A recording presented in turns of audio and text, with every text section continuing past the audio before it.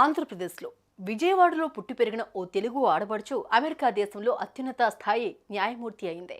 California రాష్ట్రంలో న్యాయదేవత ప్రతినిధిగా మారి ఏది తప్పు ఏది ఒప్పు, ఎవరు దోషి ఎవరు నిర్దోషి అన్నది తేల్చబోతుంది. ఇది నిజంగా ఓ అద్భుతం.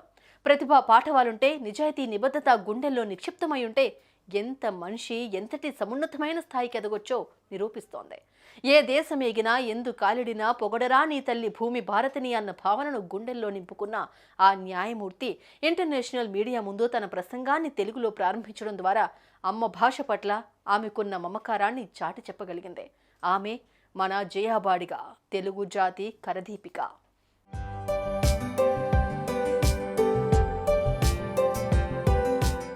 అమెరికా దేశంలో అత్యున్నత స్థాయి న్యాయమూర్తి పదవిని అలంకరించిన జయాబాడిగా పుట్టి పెరిగింది విజయవాడ.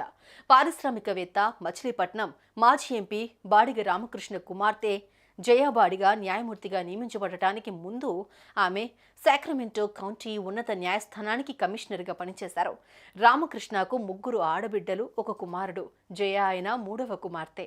ఆమె చదువుల ప్రస్థానం హైదరాబాద్లో ప్రారంభమైంది. భాగ్యనగరంలో ప్రాథమిక విద్యను పూర్తి చేసింది. ఉస్మానియా విశ్వవిద్యాలయం నుండి సైకాలజీతో పాటు పొలిటికల్ సైన్స్లో BA పట్టా సాధించింది. ఆ తర్వాత ఆమె అమెరికాకు చేరుకున్నారు.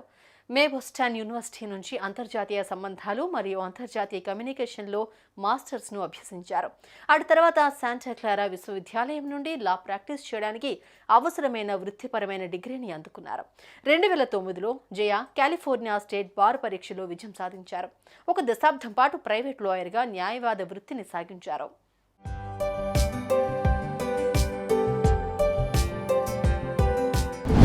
న్యాయవాద వృత్తికి అసలైన అర్థం చెప్పిన న్యాయవాదిగా పేరు తెచ్చుకున్న జయ ఆ తర్వాత national institute of trial advocacy and McGeorge school of లాలో విద్యార్థులకు న్యాయవాద వృత్తిని బోధించే టీచర్ అయ్యారు. ఒక నిబద్ధత కలిగిన లాయర్గా, చట్టాన్ని చక్కగా అవపోసన పట్టిన ఓ మంచి అడ్వకేట్గా పేరు తెచ్చుకున్న ఆమెకు California department of health care services and governor office of emergency సర్వీసెస్లో కోర్ట్ కమిషనర్ ప్రభుత్వ బాధ్యతలను అప్పగించింది. ఆ రంగంలో ఆమె చూపిన ప్రతిభా పాఠవాల నేపథ్యంలో కాలిఫోర్నియా గవర్నర్ ఆమెను సాక్రమెంటో కౌంటీ ఉన్నత న్యాయస్థానంలో నియామకమైన 18 మంది న్యాయమూర్తుల్లో ఒకరిగా ప్రకటించారు. టుడే జయ బాడిగ గారు మన తెలుగు అమ్మాయి స్వేరింగ్ సెరమనీ ఇవాళ యాజ్ ఎ జడ్జిగా, సుపీరియర్ కోర్ట్ జడ్జిగా. ఇది మన ఇండియన్స్ అందరికీ గర్వకారణం, దట్టు మన తెలుగు వారందరికీ గర్వకారణం. I think she is the first women Telugu అమ్మాయి ఒక సుపీరియర్ కోర్టుకి జడ్జిగా కావడం అనేది మనకు చాలా సంతోషము. It's a big news for all over the world, for Telugu people and Indians. And I wish her a good luck for her future, and we are all so happy to be a judge. ఎంత ఎదిగినా ఒదిగి ఉండాలన్న మనస్తత్వాన్ని గుండెల నిండా నింపుకున్న ఆ చదువుల తల్లి ఇంటర్నేషనల్ మీడియా ముందు తన ప్రసంగాన్ని ప్రారంభిస్తూ తేనెలకే తెలుగు భాషతో ప్రారంభించారు. తెలుగు జాతి కీర్తిని విశ్వవ్యాప్తం చేశారు. మీ అందరికీ నా హృదయపూర్వక స్వాగతం. This is wishing you all a heartfelt welcome in my native language, Telugu, spoken by about 80 million plus people worldwide, and the first time that Telugu has been spoken in such an august occasion in Sacramento Superior Court.